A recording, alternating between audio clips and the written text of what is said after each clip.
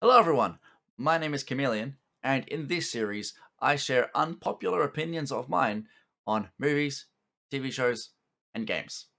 So, with that, today, in my opinion, I believe that the 1998 Godzilla movie is extremely underrated. Now, I'm not trying to tell you this as a fact, nor am I trying to change your mind. All I ask is that you hear me out.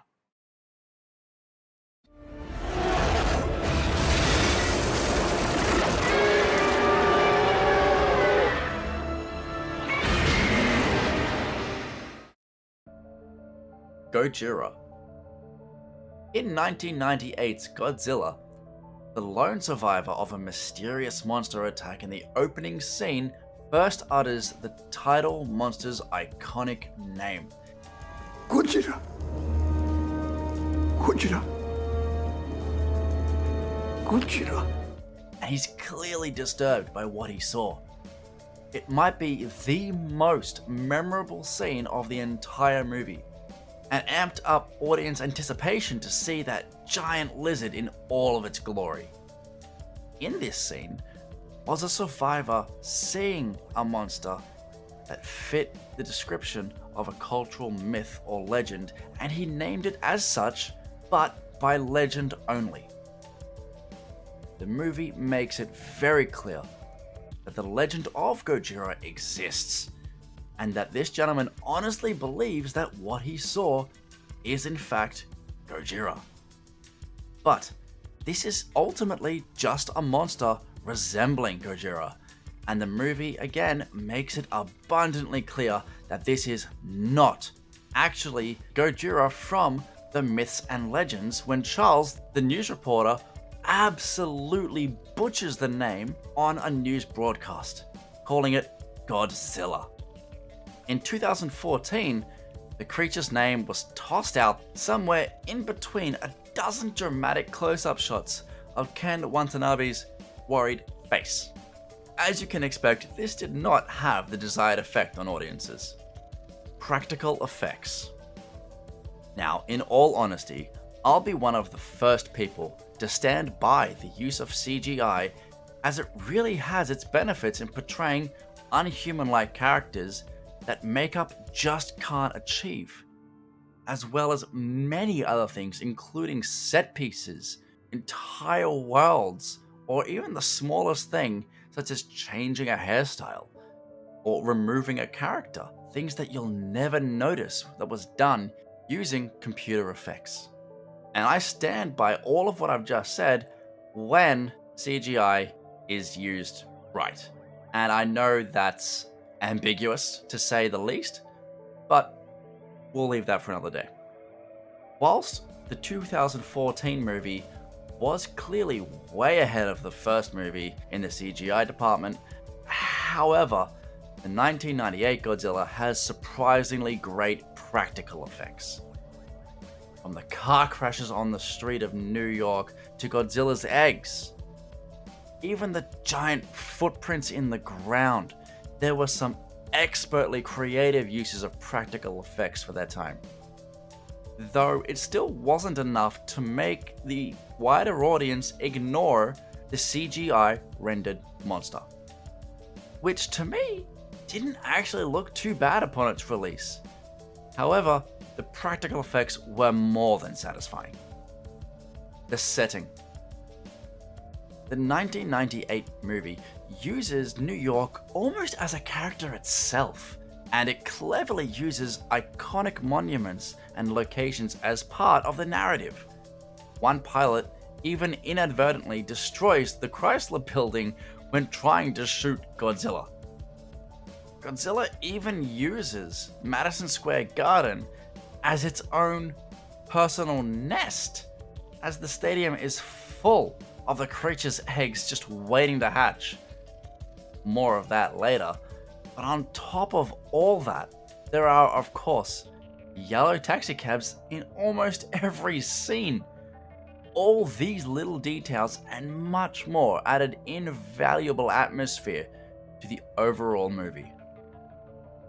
Keeping exposition brief. In my opinion, one of the biggest problems with 2014's Godzilla is how much exposition there is, and with it being delivered in such a dry manner.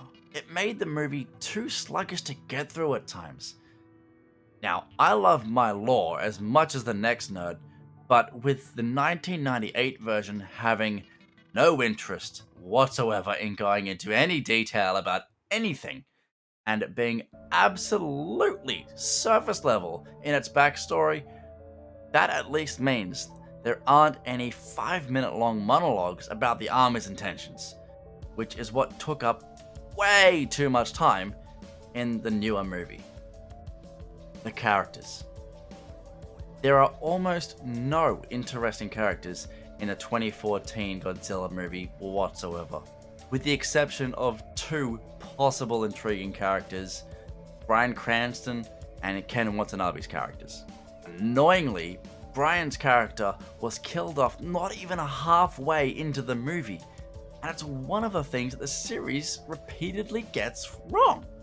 However, the characters in the 1998 Godzilla movie are fun. Even if they are stereotypical and totally cliche, there is rarely a dull moment or noticeable pacing issue throughout the entire runtime.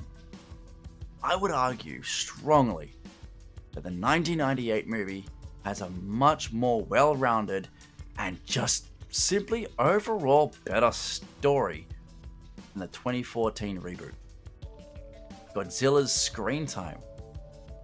It may come as a surprise, but Godzilla was only in the 1998 movie for a total of 11 minutes, which is one of the more interesting facts about the movie.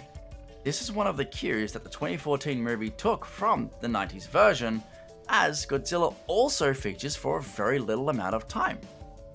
However, when Godzilla isn't around in the 2014 movie, the absence is certainly felt, as everything else happening is so mind-numbingly boring. The 1998 version does this much better, as mentioned just before, with a plethora of interesting characters, twists, and turns along the way. The Nest. 2014's Godzilla establishes that the two Mutos are trampling society to quote-unquote get busy, and even showed the female being pregnant, but humanity didn't seem too worried about finding those babies before they hatched.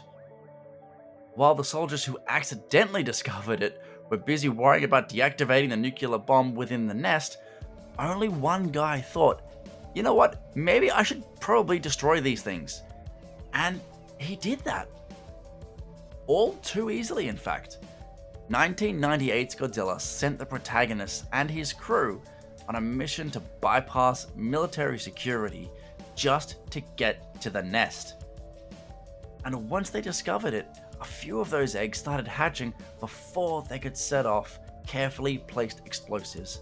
After avoiding becoming Godzilla's children's first meal, they actually take advantage of a skill set a character demonstrated in the first act of the film, broadcast journalism, and are able to send a newscast to the military in order to inform them of the 200 eggs beneath Madison Square Garden that are in the process of hatching. The mission didn't end there though. The gang of unlikely heroes had to escape the blast zone before a military airstrike. This was only one particular twist of the story, taking place after many more before it. Whether audiences know this fully or not, obstacles are an important part of storytelling. And Roland Emmerich, director of the 1998 Godzilla movie, made sure his characters had to overcome plenty of them. The best part about this entire thing is that the 1998 Godzilla movie being extremely underrated. It's just my opinion. And at the end of the day, that's all it is. It's just my opinion. It's not fact.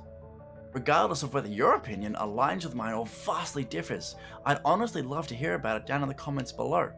Whilst you're here, check out some of the other Hear Me Out videos I've got on the channel, including Sonic is Better Than Mario. the Star Wars prequels, very underrated, and many, many more. Also, in my description, I've left links to my Discord, where I advertise any upcoming videos or streams, as well as engage in a lot of chat with the community. And also, my Twitch, where I will stream a lot of games live. If you did enjoy the video, like, share, and subscribe, and hopefully I'll see you all again soon. But regardless of that, thanks for clicking on the video in the first place. But more importantly, thank you for hearing me out.